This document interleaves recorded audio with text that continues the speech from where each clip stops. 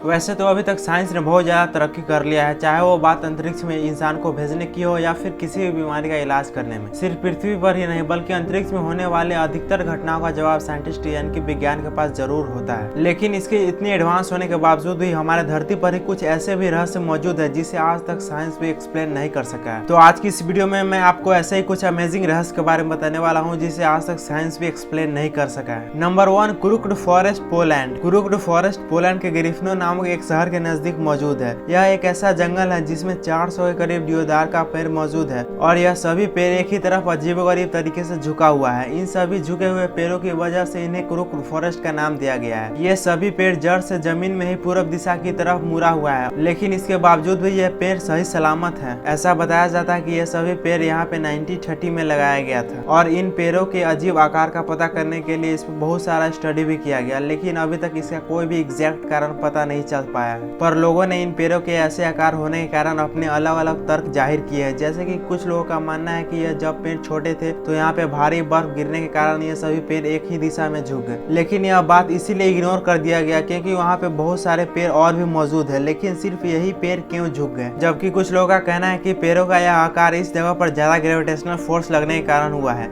लेकिन इसे भी इग्नोर कर दिया गया क्योंकि ग्रेविटेशनल फोर्स हमेशा नीचे की तरफ से लगता है, ना कि पूरब की तरफ से लगता है। लेकिन इन सब में से सबसे ज्यादा तर्क जो सही माना जाता है वह यह है कि इन पेड़ों का आकार उस समय किसानों द्वारा जानबूझकर दिया गया था, क्योंकि उनके पास कुछ ऐसे औजार थे जिसे पेड़ों का यह आकार दिया जाता था। लेकिन वो औजार क्या था और आखिर किस वजह से इस पेड़ों का ऐसा आकार दिया जाता था, यह आज तक किसी को भी पता नहीं चल पाया है। इसीलिए इस तर्क को भी पूरी तरह से सही नहीं माना गया है। इस प्रकार से क्रुक्ड फॉरेस्ट के ये 400 पेड़ अभी भी विज्ञान के लिए एक रहस्य बनकर रह गया है। Number 2, lighting bulb. Lighting bulb एक ऐसी घटना थी जो आसमान में बिजली चमकने के बाद दिखाई देती थी। इसे लगभग दुनिया के सभी देशों में लोगों द्वारा देखा जाने का दावा किया गया था। देखे गए अलग अलग लोगों के अनुसार यह हल्की रोशनी का गोला होता था जो एक मटर के दाने से लेकर एक फुटबॉल के आकार जितना बड़ा होता था और यह कुछ सेकंड से लेकर कुछ मिनट तक हवा में उड़ते रहता था और किसी चीज से टकराकर नष्ट हो जाता था।